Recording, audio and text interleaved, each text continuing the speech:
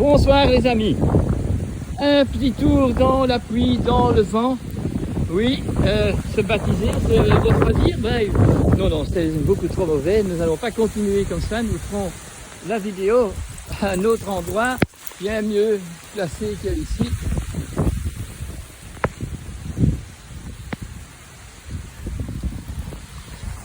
Bon les animaux, ce ne sera pas la promenade. Eh bien oui, mieux que de se promener dans ce vent et dans la pluie, je vais préparer les artichauts et le souper. Alors, en ce temps-là, nous allons quand même un peu parler de la situation dans laquelle nous nous trouvons et qui s'incruste de plus en plus, parce que bien sûr, tout ce qui nous est mis comme obligation par nos gouvernants est fait pour justement empêcher tout dialogue et toute possibilité que nous, en tant qu'individus, nous pouvons rencontrer des gens autour d'une table dans un endroit où nous ne sommes pas dans une bulle et toujours la même bulle. Et voilà. Ceci fait que la prolongation de la folie peut continuer et que chaque individu, par lui-même, devrait trouver un moyen de se voir heureux, d'être vivant, parce que il va rentrer dans sa profondeur, il va se réveiller et pouvoir mettre les choses à leur place et réouvrir son esprit, son corps, être joyeux d'être vivant, car pendant qu'on est vivant, nous devons faire des choses magnifiques, des choses qui vont évoluer, qui vont faire qu'on œuvre au fait et que par tous les efforts que nous faisons pour bien vérifier et décerner ce qui est juste et ce qui est faux, il nous faut encore avoir en soi la joie d'être vivant et savoir que pendant qu'on est vivant, c'est le moment absolu où il faut agir, mais d'une façon bien raisonnée. Et il faut rester raisonnable même si on trouve les problèmes qui sont autour de nous. Donc, ce virus ici est le virus du mensonge toléré et du non-dit, des dénis, du camouflage, du masqué, de l'arrogance sans scrupule de tous nos dirigeants, de tous nos scientifiques. C'est le virus de la propagande, de la tromperie, de la conspiration et de l'imposition. Ça maintenant, nous le savons. Mais alors, on doit aller plus dans la connaissance, dans la reconnaissance de la vie, puisqu'ici, c'est ce qui se passe dans notre société. Et c'est plus seulement dans un pays, c'est pas seulement chez nous, c'est partout dans le monde aujourd'hui que cette imposition a pu s'être imposée.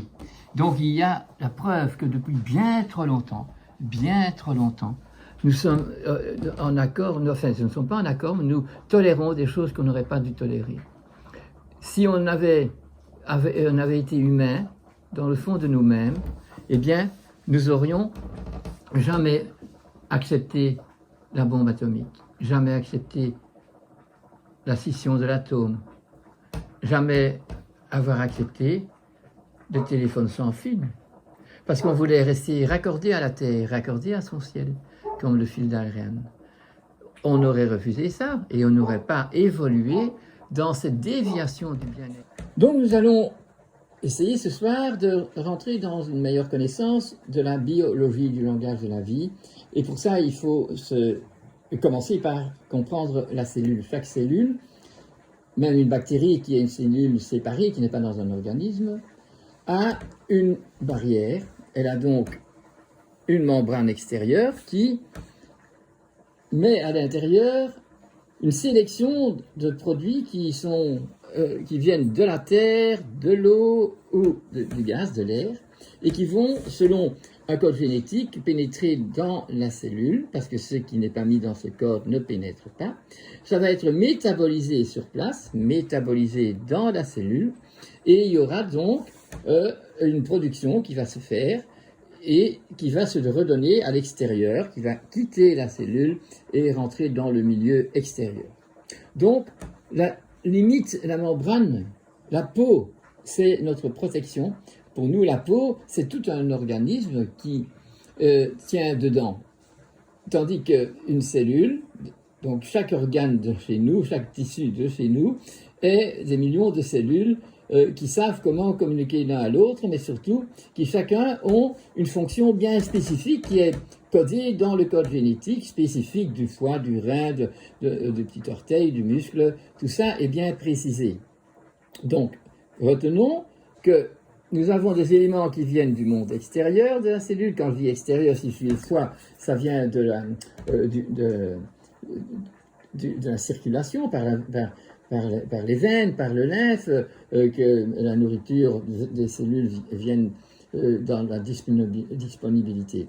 Mais bien comprendre que quand on parle de virus, ils n'ont pas de membrane. Les virus n'ont pas de membrane. Les virus sont des particules qui ont un code génétique, RNA ou DNA, ou les deux, qui ont là-dedans le rôle qu'ils ont à faire, l'information qu'ils doivent transmettre.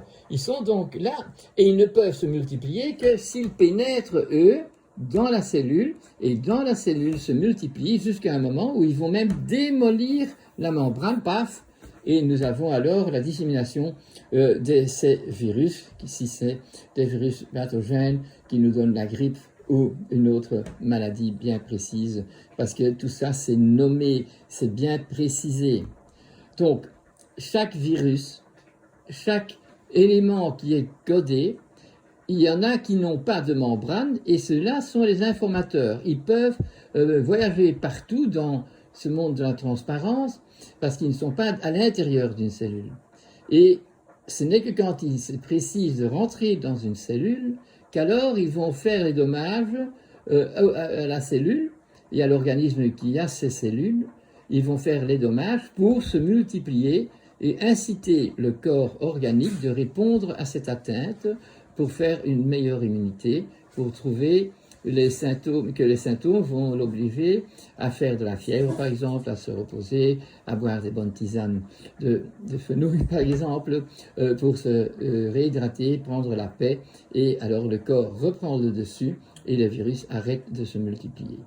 Donc, pourquoi nous avons maintenant des pandémies ou nous avons des épidémies? Eh bien, c'est pas parce que l'individu lui-même a fait des conneries pendant trop longtemps, c'est parce que toute la société et tout l'environnement doit succomber à toutes les fautes que nous faisons depuis plus de 100 ans en utilisant des méthodes,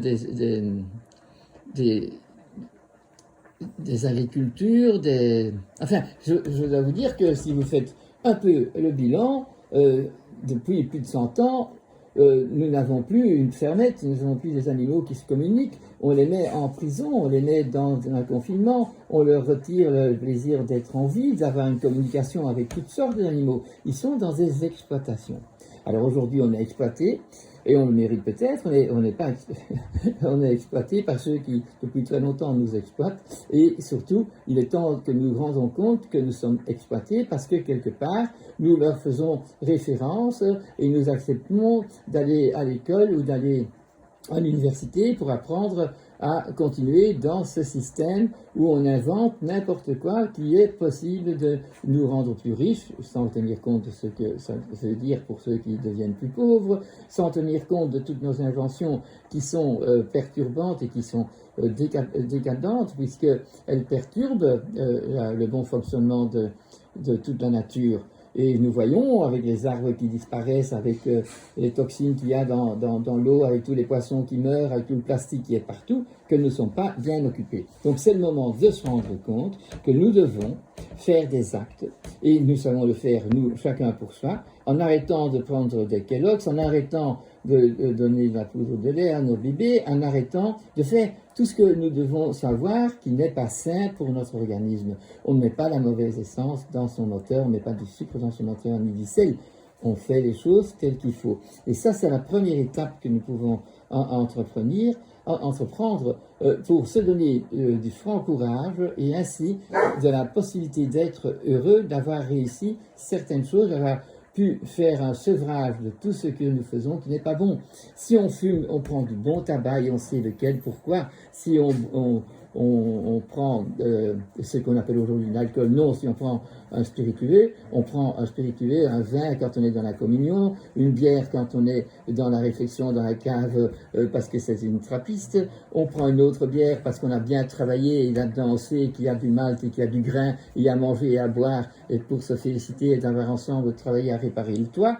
Donc pour tout, donc spirituel, nous avons un symbole et une raison de le prendre, et pas simplement parce que j'aime ou parce que je veux devenir sous pour supporter la connerie que nous avons autour de nous.